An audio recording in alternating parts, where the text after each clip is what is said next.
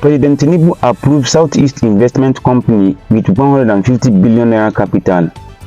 Farouk Perogi apologizes to Aisha Buhari over divorce claim. Why I told Obi to seek my consent before visiting Edo, says Okpebholo. Senate wants Natasha to stay away from National Assembly. Tinubu, I won 2023 elections with Awujale's blessing. He told me I will win second term. My kids can't get Nigerian citizenship, but Nigerians get UKs easily, says Badenoch. Summary of the news. President Tinubu approved Southeast Investment Company with 150 billion naira capital. President Bola Ahmed Tinubu has approved the establishment of the Southeast Investment Company (SEIC), a 150 billion naira initiative under the Southeast Development Commission (SEDC) to drive industrialization and private sector growth in Nigeria's southeast. Initially fully owned by the SEDC, SEIC will later transition into a public-private partnership, attracting investment from state governments, private firms, development institutions, and the diaspora.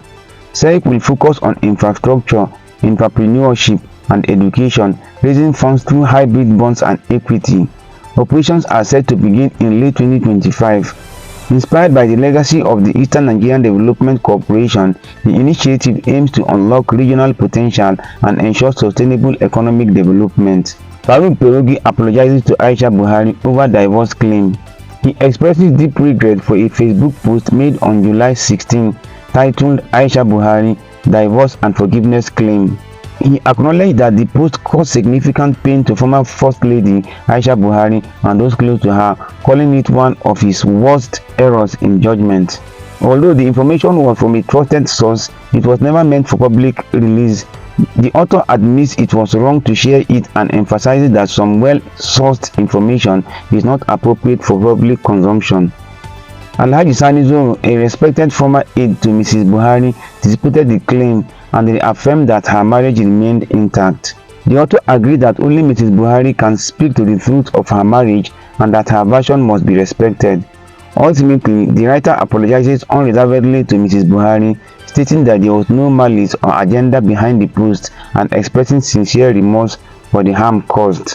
Why I told Obi to seek my consent before visiting Edo, says Okpebholo. Edo State Governor Monday Okpebholo clarified that his remarks about Peter Obi needing clearance before visiting the state were based on security protocols, not political motives. In a statement by his chief press secretary, Fred Itua, the governor emphasized his constitutional duty as chief security officer to ensure safety during high-profile visits, especially amid rising insecurity in the state. He warned that bypassing security procedures poses risk to both visitors and citizens. Citing Bible verses about discretion, Okpebholo urged leaders to follow established protocols. He also dismissed political interpretations of his comments and affirmed his respect for Obi and all political leaders, stressing that adherence to official procedures is essential for safety. Senate wants Natasha to stay away from National Assembly. The Nigerian Senate has once suspended Senator Natasha Akpoti-Uduaghan not to resume her duties prematurely, stating that no valid court order mandates her immediate recall. Senate spokesperson Senator Yemi Aderomodu clarified that a recent court ruling only offered a non-binding advisory and did not order her reinstatement. The court also found Akpoti-Uduaghan guilty of contempt, imposing a 5 million naira fine and ordering a public apology, conditions she reportedly has not fulfilled.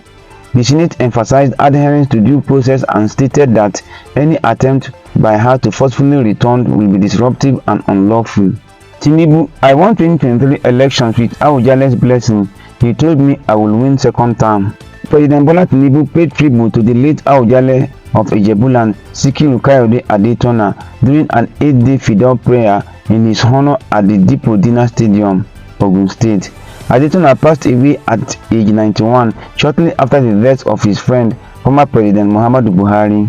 Tinubu credited his 2023 presidential election victory to Adetona's support and blessings and revealed the monarch had assured him of winning a second term in 2027.